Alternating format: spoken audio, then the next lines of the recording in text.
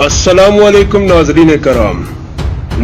कराम, भारतीय फौज की हालत उस देहाती औरत की सी हो चुकी है जिसे पूरे मोहल्ले के पड़ोसी उसके इंतशार और बदकारी की वजह से हाथों में डंडे और जूते लेकर मारने पर तुल जाएं और उसे चुटिया से पकड़कर मोहल्ले से बाहर निकाल दें और उसके घर पर कब्जा भी करने का फैसला कर लें। नाजरीन कराम, पहले चीन, फिर पाकिस्तान और अब नेपाल। चीन अपने पत्ते एक एक करके खोल रहा है। आपको इस वीडियो में बताएंगे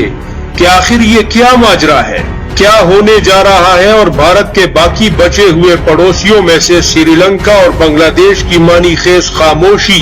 किस तूफान का पता दे रही है।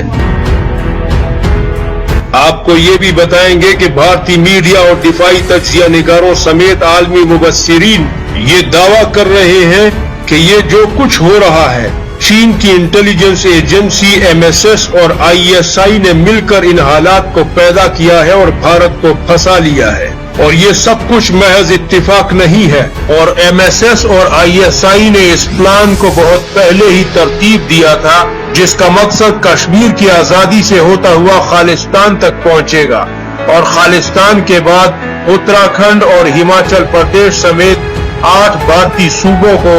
जिसमें के आजादी पसंदों की तरफ से बगावत शुरू है, और ये प्लान स्टेप बाय स्टेप सबको अपनी लपेट में लेगा, जो कि इतनी जल्दी खत्म होने वाला नहीं, क्योंकि पाकिस्तान ने भी अपने लाओ लश्कर को कश्मीर समेत भारत के साथ मुल्हिका इंटरनेशनल बॉर्डर के ऊपर मोर्चा जन होने का हुक्म सादिर किया है और वजीरिस्तान, वाना और अफगान बॉर्डर पर मौजूद अपनी फौज का वो बाकी हिस्सा जो 11वां और 12वां कोर भारत के साथ लड़ाई के लिए स्पेशलिस्ट समझे जाते हैं, उसे कश्मीर के पास मोर्चा जन होने का हुक्म दिया है। और कश्मीर और भारत के इंटरनेशनल बॉर्डर के साथ फॉरवर्ड बेसिस के ऊपर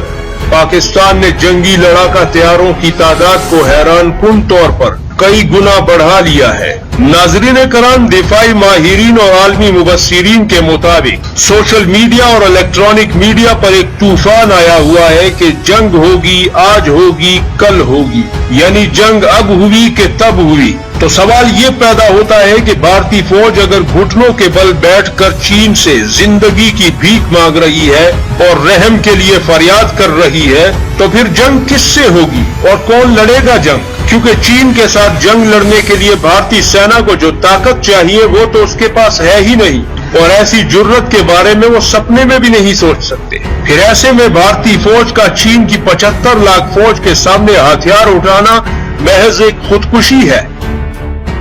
लिहाजा आलमी मीडिया और दिफाई तज्जिया निगार और दिफाई माहिरीन इस सोच में पड़े हुए हैं कि चीन अगर अमेरिका समेत पूरी दुनिया को अपनी ताकत और दबदबे का नजारा करवाना चाहता है तो वो मकसद तो वो पूरा कर चुका है। भारतीय फौज माफिया मांगने पर उतर आई है और भारतीय जनरल्स के दस्तखत किए हुए माफीनामे चीनी वजारत खारजा और दिफा के पास मौजूद हैं, जिन्हें वो मीडिया पर शाया करने वाले हैं। और दूसरी तरफ पूरी दुनिया में रूस, अमेरिका और इसराइल समेत कोई एक मुल्क भी ऐसा नहीं जिसने भारत का साथ देने के लिए फौज भेजने का बयान दिया हो या भारत के हक में चीन के खिलाफ कोई बयान दिया, क्योंकि चीनी हुकूमत ने पहले ही दुनिया को ये इंतबा जारी कर दिया था कि अगर अमेरिका या दुनिया के किसी भी मुल्क ने भारत के हक में चीन का सामना करने की जुर्रत की तो ये जंग अजीम को दावत होगी और चीन ऐसे मुल्क को सख्त से सख्त सजा देगा, ख्वाह वो अमेरिका ही क्यों ना हो। फिर ऐसे में पाकिस्तान, चीन और नेपाल का भारत के साथ लगी सरहदों को फौजी असलहे से रंगीन करने का क्या मतलब है, क्योंकि भारत तो शिकस्त को तस्लीम करके बैठा हुआ है और चीनी फौज भारतीय इलाके लद्दाख में कब्जा करके भारतीय जमीन पर दामाद की तरह बैठा हुआ है। और ये भी मुमकिन नहीं है कि पाकिस्तान और चीन जैसी दो एटमी ताकतें भारत के साथ जंग लड़ने पर तुल जाएं और पूरी दुनिया तमाशा करती रहे, क्योंकि आप चीन के एटमी हथियारों को एक तरफ रख दें, खुद पाकिस्तान के पास इतने एटमी हथियार हैं कि वो आधी दुनिया को जला दे, और चीन के पास भारत से 8 गुना ज्यादा एटमी हथियार हैं,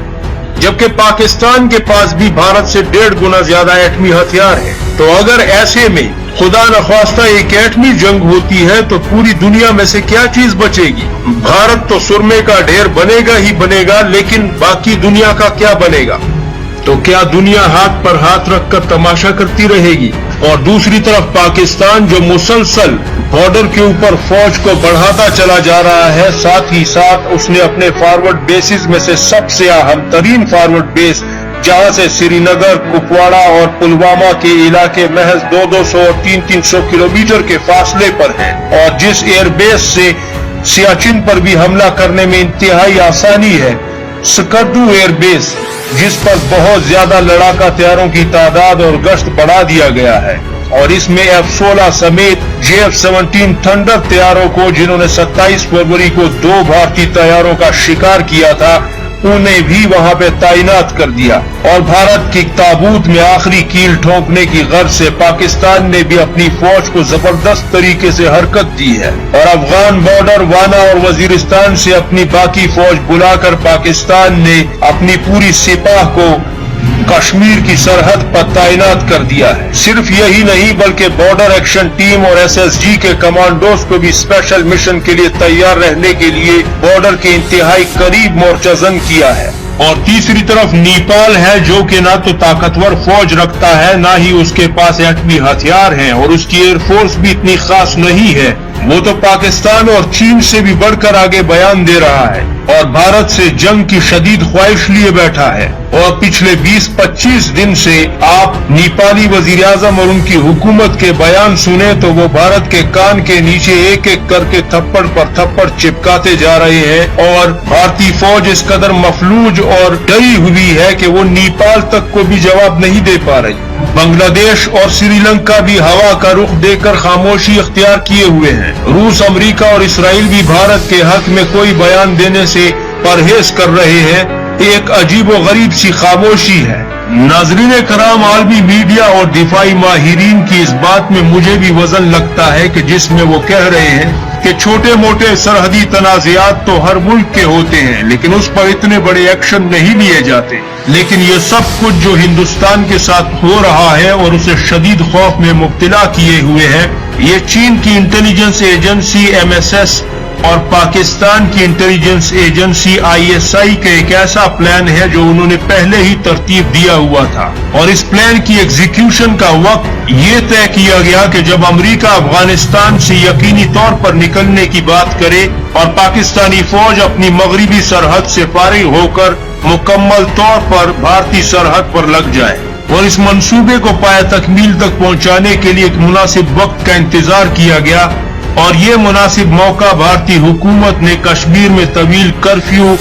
और 35A और आर्टिकल 370 के खात्मे के बाद फराहम किया। और इस तरह भारत ने अपने ही पांव पर कुल्हाड़ी मारकर चीन और पाकिस्तान जैसी 2 बड़ी ताकतों को कश्मीर पर हाथ डालने का जवाब दिया, और बरसों बाद पाकिस्तान और चीन को एक साथ भारत के खिलाफ जंग लड़ने की वजह फराहम की। लिहाजा अब भारत की डरी और सहमी हुई हालत किसी भी तरीके से जंग लड़ने के काबिल नहीं है, लेकिन पाकिस्तान और चीन भारत पर इस कदर शदीद दबाव डालना चाहते हैं ताकि भारत खुद ही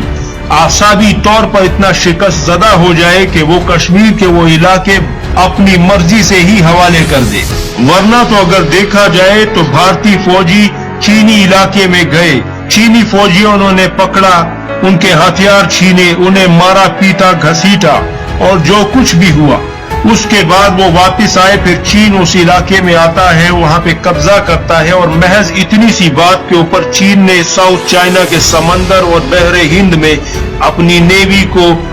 बड़े पैमाने पर जोर आजमाई के लिए तैयार कर लिया। इधर चीन जिस इलाके पर काबिज है, यहाँ से सियाचिन का रास्ता वो किसी भी वक्त बंद कर सकता है, जो कि हिंदुस्तान का सियाचिन तक पहुंचने का एक रास्ता है, जबकि दूसरे रास्ते पर नेपाल हमला करने की बात कर रहा है। इस तरह अगर ये दोनों रास्ते बंद हो जाते हैं तो भारत का सियाचिन तक पहुंचना नामुमकिन हो जाता है। दूसरी तरफ सियाचिन के सिरे पर बैठा पाकिस्तान स्कर्दू एयरबेस से किसी भी वक्त सियाचिन पर हमला करने के लिए जंगी तैयारों की एक बड़ी तादाद वहां पर बिठा चुका है, और जमीनी फौज को भी हाई अलर्ट कर चुका है। ऐसी सूरत में भारत एक जबरदस्त आसाबी कशमकश का शिकार हो चुका है। ایک بات تو طے ہے ناظرین کرام،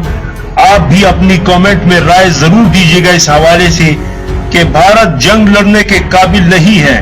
البتہ پاکستان کو تنہا کرنے کے خواب دیکھنے والا بھارت اس آرزو کو اپنے دل میں دبائے ہوئے ایک ایسے غم میں مبتلا ہو گیا ہے کہ جس کی دوا اب آسانی سے نہیں ملے گی، کیونکہ ISI اور MSS نے اسے اپنے وجود کے حوالے سے ہی کشمکش میں مبتلا کر دیا ہے، کیونکہ کشمیر اکیلا نہیں بلکہ خالصتان کی سرزمین بھی آزادی کے لیے تڑپ رہی ہے، اور چین کے ساتھ لڑائی کی صورت میں بھارت کو اپنے 9 صوبوں سے ہاتھ دھونا پڑے گا۔ ناظرین کرام، آپ کیا سمجھتے ہیں؟ کیا بنگلہ دیش کا علیحدہ ہونا ایک ایسی داستان تھی جو آج پھر دہرائی جا رہی ہے، یا پھر چین، پاکستان اور نیپال بھارت پر دباؤ میں شدت پیدا کر رہے ہیں تاکہ بھارت کشمیر کو خود ہی حوالے کر دے؟ کیونکہ پاکستان نے کشمیر میں طویل کرفیو کے بعد یہ بیان جاری کیا تھا کہ ہم آخری گولی تک لڑیں گے، لہٰذا یہ بیان محض ایک ہوائی فائر نہیں تھا بلکہ اس بیان کے بہت سے مطلب تھے۔